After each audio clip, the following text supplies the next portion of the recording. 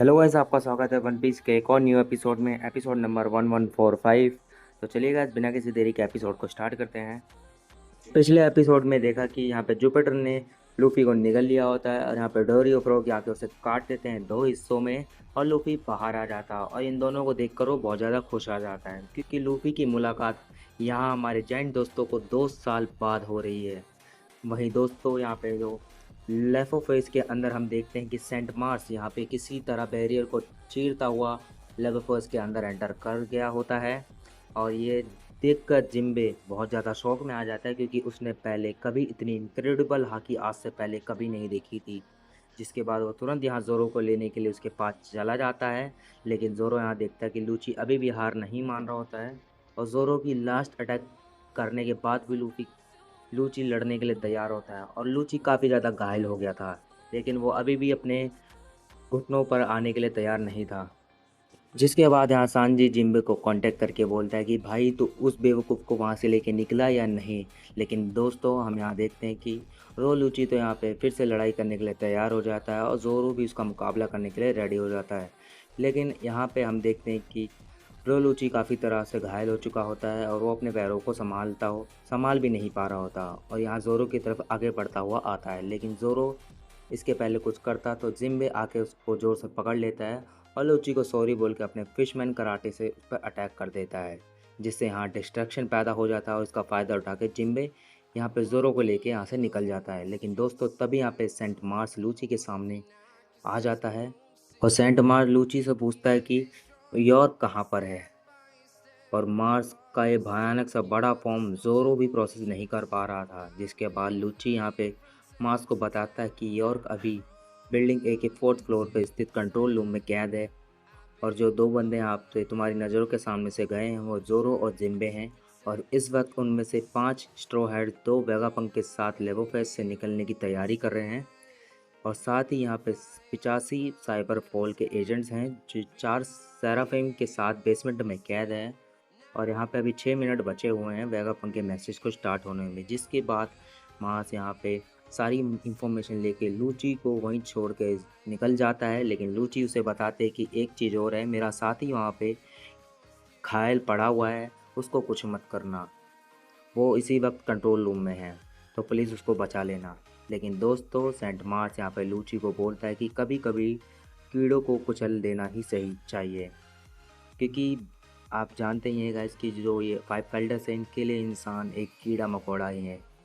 भाई दोस्तों आइलैंड में लूफी जो कि 2 साल बाद यहाँ पे डोरियो फ्रॉगी से मिल रहा है, डोरियो फ्रॉगी उस लूफी को बताते हैं कि वो लूफी को पहचान ही नहीं पा रहे थे और उन्हें ये भी पता करना है कि उसने यहाँ पे एल्बाफ के लेजेंडरी गॉड की अपीयरेंस आखिरकार कैसे हासिल की। पर भाई लूफी को इनकी बातें बिल्कुल भी समझ नहीं आ रही थी। वही दोस्तों हम लोग देखते हैं कि सैटर्न और मरकरी वापस खड़े हो जाते हैं और ड्रॉगी फ्रॉगी उनको नोटिस करके बताते हैं कि तुम्हारे ऐसे बड़े बड़े जानवर एल्बाफ के जंगलों में घूमते रहते हैं।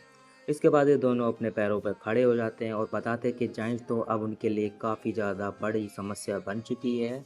पर इनका सामना करने के लिए डोरी और फ्रॉगी भी तैयार हो जाते हैं। लेकिन लूफी उनको बताता है कि हमको आप यहाँ पे फाइट नहीं करनी है, हमको बस यहाँ से जल्द निकलना है। जिसके बाद वो दोनों बताते हैं लूफी को कि आते वक्त उनकी मुलाकात सांजी से हुई थी और उसने भी हमको यही करने के लिए कहा था।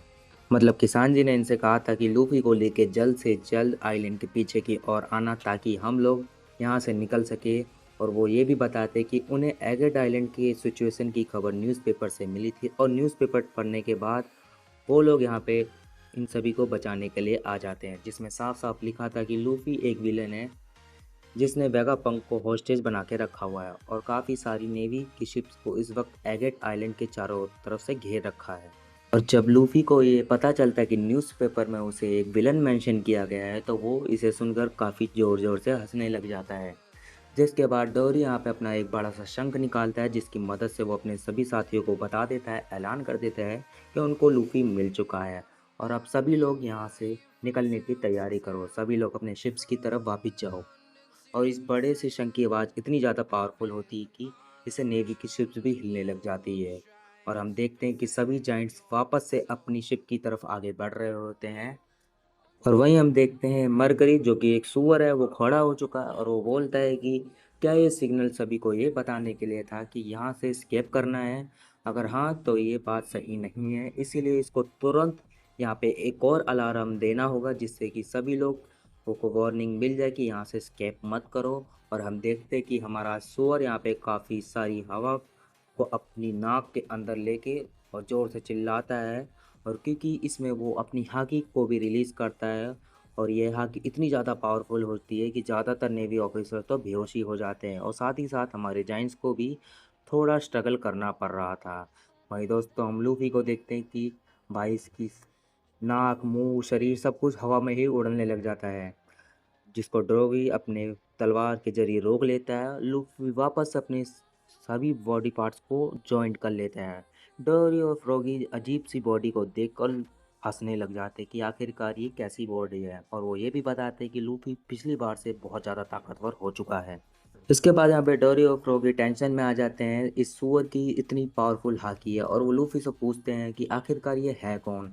जिस पर लूफी उनको बताता है कि ये बहुत बड़ा गवर्नमेंट का एक एजेंट है या कोई बंदा है। जिसके बाद मरकरी यहाँ पे लूफी को बोलता है कि इससे पहले वो नॉर्मल फॉर्म में आए वो तुम्हारा सर चबा चबा के खा जाएगा। इसके बाद मरकरी अपने आप को गोल गोल घुमाता हुआ योयो की तरह नुकीली तलवार बना लेता है अपनी मूंछों को ट्रांसफॉर्म करके, और लूफी भी अटैक करने की कोशिश करने लग जाता है, लेकिन हमारे साथी अपनी शील्ड को उसको रोक लेते हैं। जिस पे मरकरी उनसे पूछता है कि तुम दोनों जानते भी हो तुम यहाँ पे क्या कर रहे हो, जिसके बाद वो जवाब देते हैं कि हम यहाँ पे अपने दोस्त को बचाने आए हैं, प्रोटेक्ट करने आए हैं। इसके बाद वो अपनी शील्ड को धक्का देते हैं जिससे यहाँ पे मरकरी बहुत ज़्यादा दूर जाके गिरता है। लेकिन दोस्तों वापस एंट्री होती है यहाँ पे सैटन की, जो कि डोरी और फ्रॉगी से बोलता है कि अगर तुम दोनों लूफी की दोस्त हो तो तुम लोगों का भी सफाया करना पड़ेगा। जिसके बाद यहाँ पे सैटन अपनी डेडली पॉइजन से उनके ऊपर अटैक करने की कोशिश करता है, जिसको लूफी समझ जाता है कि ये एक पॉइजन है। जिसके बाद वो यहाँ पे एक पेड़ को उखाड़ता है और उसको एक बेसबॉल बैट बना देता है। अपनी इमेजिनेशन से वो एक पेंट के डब्बे को वहीं ले लाके उसको पेंट वगैरह करके उसको फाइनली फिनिशिंग देता है। जिसके बाद वो यहाँ पे हेलमेट वगैरह पहन के सैटन की फुलटॉस आ रही पॉइजन की बॉल को अपने बैट के साथ काफ़ी ज़ोर से घुमा के मारता है, जिससे वो सारी बॉल उल्टा सैटर्न और मरकरी की तरफ निकल ही जाती है, और इसके एक्सप्लोजन से वो दोनों काफ़ी ज़्यादा घायल हो जाते हैं। जिसके बाद लूफी और डोरी और फ्रॉगी यहाँ से निकलने का फैसला करते हैं, और लूफी इन दोनों को बताता है कि वो दोनों इस एक्सप्लोजन से मरेंगे नहीं, क्योंकि वो दोनों इमॉर्टल हैं, जो कि फ़ाइट के दौरान काफ़ी बार रीजनरेट हो चुके हैं। और काफ़ी ज़्यादा स्ट्रेंज है, क्योंकि डोरी और फ्रॉगी ने कभी भी ऐसी चीज़ के बारे में कभी नहीं सुना थी कि कोई चीज़ रीजनरेट भी हो सकती है। इसीलिए वो लोग यहाँ से निकलने का फैसला करते हैं। इसके बाद हम दोस्तों लेफ्ट फेस में हम ऊसोप को देखते हैं, जो कि यहाँ पे हमारे बाकी साथियों को मोटिवेट कर रहा होता है हमारी फंसी शिप को बाहर निकालने के लिए। यहाँ पे हम नामी को भी देखते हैं, जो जिम्बे को कांटेक्ट करके उसको बोलते कि हम सबको जल्द से जल्द निकलना होगा, सभी लोग यहाँ पे जल्द से जल्द पहुँचो। पर दोस्तों जिम्बे की साइड एक छोटी सी प्रॉब्लम हो जाती है, उसके शूट अब काफ़ी ज़्यादा स्लो उड़ रहे थे, तो वो उनको बंद करके दौड़ते हुए नामी की तरफ निकल जाता है।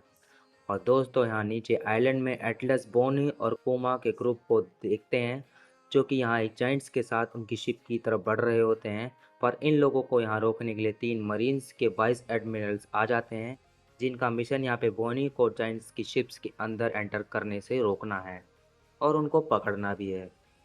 इसके बाद हम सांजी को देखते हैं, जो वेगापंक की डेड बॉडी को लेकर दौड़ रहा होता है और उसको काफ़ी ज़्यादा स्ट्रेंज फीलिंग महसूस हो रही होती है।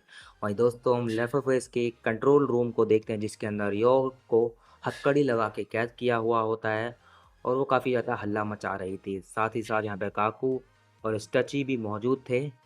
पर दोस्तों यार का हल्ला यहाँ पे अचानक से शांत हो जाता है, क्योंकि उसके सामने मार्स अपने मॉन्स्टर रूप में आ जाता है, जिसको देखकर ये तीनों यहाँ पे काफ़ी ज़्यादा शॉक हो जाते हैं। और योर को तो इसे देखकर काफ़ी ज़्यादा डर जाती है। जिसके बाद सेंट मार्स योग से उस रूम के बारे में पूछता है जहाँ पे वेगापंक का मैसेज दिखाया जा रहा है। इसके बाद हम किजारू को देखते हैं, जो कि मरीन की शिप पर घायल पड़ा हुआ था। जिसके बाद डॉक्टर आके बोलते हैं कि अपना घाव बता दो, जिससे हम तुम्हारा इलाज कर सकें। लेकिन किजारू उनसे बोलता है कि मुझे जो जख्म मिले हैं वो काफ़ी ज़्यादा गहरे हैं, उसे फ़िलहाल अभी रेस्ट करने दो। और इसके बाद हम देखते हैं इस एपिसोड का सबसे बेस्ट सीन। और हम इस एपिसोड का एगेट आर्क का स्टार्टिंग से इंतज़ार कर रहे थे। हम देखते हैं कि एंशियंट रोबोट एमिट यहाँ पे वापस से जग चुका है और जॉय बॉय का नाम लेते वो वापस से खड़ा हो जाता है। और इसको मूव करते हुए मरीन्स ऑफिसर्स यहाँ पे जब देखते हैं अपनी आंखों पर, इसे यकीन नहीं हो पा रहा होता है कि ये साइज इतना बड़ा होता है कि वो जाइंट्स भी उसके सामने काफ़ी ज़्यादा छोटे लग रहे होते हैं।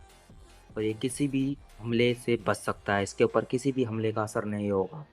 और अब वो सीधा लूफी की तरफ सॉरी जॉय बॉय बोलता हुआ आगे बढ़ जाता है। और इसी के साथ हमारा ये एपिसोड यहीं पे ख़त्म हो जाता है।